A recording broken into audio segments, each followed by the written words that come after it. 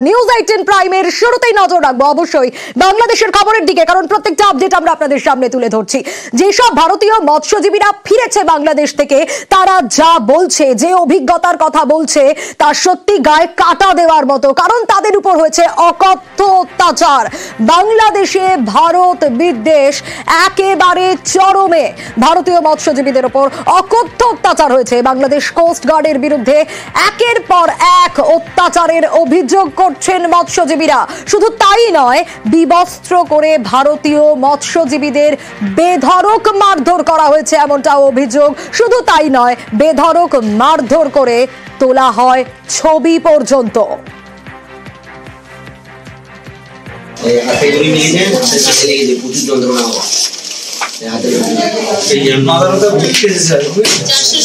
শরীর দুর্বল, মানে চলতে পারছে এগুলো সব ব্যথা, এই পিছনটা পুরোটাই ব্যথা, এইগুলো ব্যথা কারণে। বিশ্বজিৎ রয়েছে আমার সঙ্গে। বিশ্বজিৎ আরো ডিটেইল জানাতে পারবে। বিশ্বজিৎ, জবে থেকে ফিরেছেন ভারতীয় মৎস্যজীবীরা এদেশে বাংলাদেশ থেকে, তারপর থেকে তারা এক একটা যা বিবরণ দিচ্ছেন, যা অভিজ্ঞতার কথা বলছেন, তা সত্যি ভয়াবহ। এই কিরকম অত্যাচার, অকথ্য অত্যাচার হয়েছে তাদের উপর, যা অভিযোগ করছেন তারা? হ্যাঁ, দেখো, এই মুহূর্তে 95 জন ভারতীয় মৎস্যজীবী মুক্তি পাওয়ার পর ভারতে এলেও 22 জন মৎস্যজীবী কিন্তু এই মুহূর্তে চিকিৎসারত হয়ে রয়েছে। তাদের শারীরিক অবস্থা নিয়ে তারা ডাক্তার দেখাচ্ছেন, এবং তাদের যেটা ডাক্তার দেখানোর পর যে পরিস্থিতি দেখা যাচ্ছে, তাদের গায়ে হাতে কালফিটে দাগ পড়ে গিয়েছে, অর্থাৎ রক্ত জমাট বেঁধে গিয়েছে, এতটাই মারধর করা হয়েছে।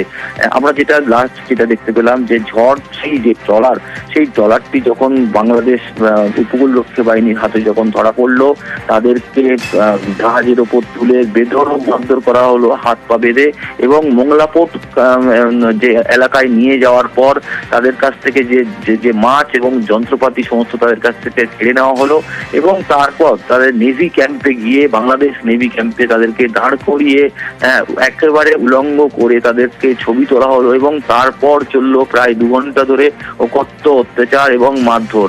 একেবারেই যে ভয়াবহ অভিযোগ কিন্তু তুলছে এই এলাকার যে মৎস্যজীবীরা, তারা যেটা বলছেন, আমরা সামান্য মাছ ধরতে গিয়েছিলাম পেটের।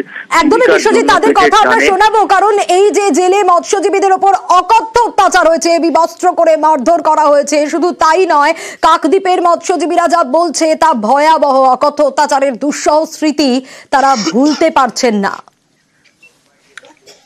আমরা এখান থেকে দিয়ে বাড়াই 18 তারিখ নাগাদ, ধরা পড়ি 20 তারিখ নাগাদ। আমাদেরকে ধরেছিল, ওই আমরা 2-3 কিলোমিটার ঢুকে গেছিলাম আর কি। ওখান থেকে নেভি ফোর্স ধরে তো আমাদের লোকজনকে মারধর করে, মোবাইল টোবাইল নিয়ে নেয়। তারপর জেটিতে গিয়ে মাছ টাছ তুলে আমাদেরকে শীতের সময় আমাদেরকে উলঙ্গ করে রাখা হয়, ছবিও তোলা হয়। আমরা তখন মার খেয়েছি, তো যন্ত্রণায় অতটা বুঝতে পারিনি। খারাপ ভালো ভাষা বলা হয়েছে। জেলার সাহেব খুব ভালো ছিল, উনি আমাদেরকে সতর্ক করে ঠিক রেখেছিল। নেভি ধরেছে তো শুধু সঙ্গে সঙ্গে ঘাটে নিয়ে গিয়ে মাছ ফাছ তুলে আবার আমাদেরকে উলঙ্গ করে মারধর করেছে। ছবি তোলার পরে মারা হয়েছে। 16 জন মৎস্যজীবী ছিল। সবার সঙ্গে এরকম করে? হ্যাঁ, সবার সঙ্গে। আগের মাসের 20 তারিখে ধরেছে, জাহাজে পিট মোড়া করে বেঁধে নিয়ে গেছে, সমস্ত মাছ তুলিয়েছে, মৎস্যজীবী আধার কার্ড নিল, আগে পিছে ছবি তুলেছে, একদম উলঙ্গ করে। আমরা তো ভয়ে কিছু বলি না, আবার নাহলে মারধর করবে। মারধর তো করেছে প্রথমে, নেভিতে তোলার পর পিছনে হাত বেঁধে মেরেছে। আমাদের আগে যেগুলোকে ধরেছিল তাদেরকে তো বেদম মেরেছে, এমন করে মেরেছে মানে পায়খানা করতে গেলে মানে রক্ত যেত। ওরা আমাদেরকে বলছে তোমরা এখানে দাঁড়াও, ছবি তুলবে। সে বলছে প্যান্ট জামা খুলে গেল, বেশি মারবে। সেই ভয়ে আমরা যেহেতু সীমা লঙ্ঘন করে ভিতরে জলের স্রোতে ঢুকে গেছি, কিছু বলতে পারি না। পুলিশ বলছে, বলে তোদের মা নেই, তোদের বাংলাদেশের থেকে ছেড়ে মা তোদেরকে হেল্প করবে, তোদের মা চলে গেছে, তোদের মা মরে গেছে, মানে শেখ হাসিনার কথাটা বলছে। এটা একটা অমানবিক ব্যাপারই বটে, এবং এইরকম অত্যাচার আমরা কখনো আগে শুনিনি। আমরা গভর্নমেন্টের কাছে আবেদন করব যে ব্যাপারটা দেখতে, এবং আমরাও অভিযোগ জানাবো বিভিন্ন জায়গায় যে এইভাবে একটা অমানবিক ব্যাপার কি করে ঘটতে পারে পাশের দেশে। এ তো শুনলেন যারা বেঁচে ফিরেছেন, কিন্তু হ্যাঁ, মৃত্যু পর্যন্ত হয়েছে। মৃত্যু কেন বলছি, নিরীহ ভারতীয় মৎস্যজীবীকে ডুবিয়ে খুন করা হয়েছে, এমনটাই চাঞ্চল্যকর অভিযোগ। কাদের বিরুদ্ধে জানেন? বাংলাদেশের কোস্ট গার্ডের বিরুদ্ধে। মৃত মৎস্যজীবীর কাকদ্বীপের বাড়িতে শুধুই বুক ফাটা কান্না। সবাই আসেন বাবা, আমার স্বামীকে কোথায় গেলে বাবা?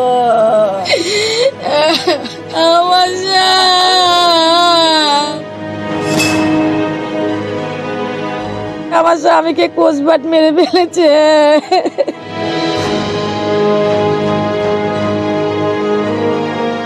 মাছ ধরে ভাত জোটে, বঙ্গোপসাগরে সেই মাছ ধরতে গিয়েই প্রাণ গিয়েছে বছর 60-এর গুণমণি দাসের। অভিযোগ, নিরীহ এই ভারতীয় মৎস্যজীবীকে ডুবিয়ে মেরেছে বাংলাদেশের কোস্ট গার্ড।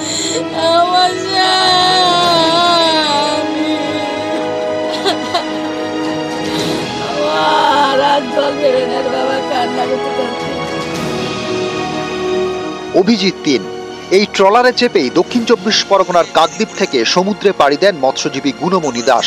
এরকমই 6টি ট্রলারে মোট 96 জন রওনা দেন। জল সীমান্ত পেরিয়ে যাওয়ার অভিযোগে এইসব মৎস্যজীবীদের আটক করে বাংলাদেশ উপকূল রক্ষী বাহিনী। তারপর জেলে আটকে হাত পা বেঁধে অকথ্য অত্যাচার। শেষমেশ তারা মুক্তি পেয়েছেন। সোমবার ঘরে ফিরেছেন, কিন্তু গুণমণি দাসের আর ঘরে ফেরা হয়নি। অভিযোগ, তাকে জলে ডুবিয়ে খুন করা হয়।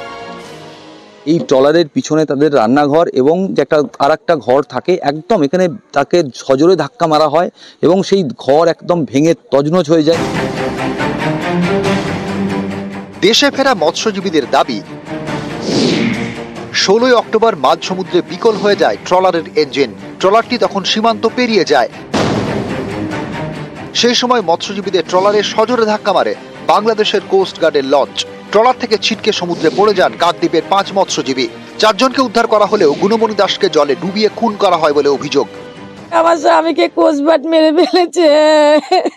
সবাই ছিল, আমার স্বামীটা কেন মেরে দিল? কোস্টগার্ড, বাংলাদেশের কোস্টগার্ড ধরে সবাইকে মারধর করে আর আমার স্বামীকে সাগরে ফেলে দিয়েছে।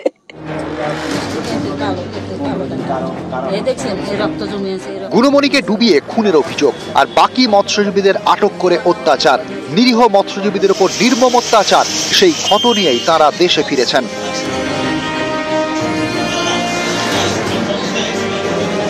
আমার বোটে ধাক্কা লাগে আমার 5 জন লোক পড়ে যায়, তার ভিতরে আমার ছেলেও ছিল।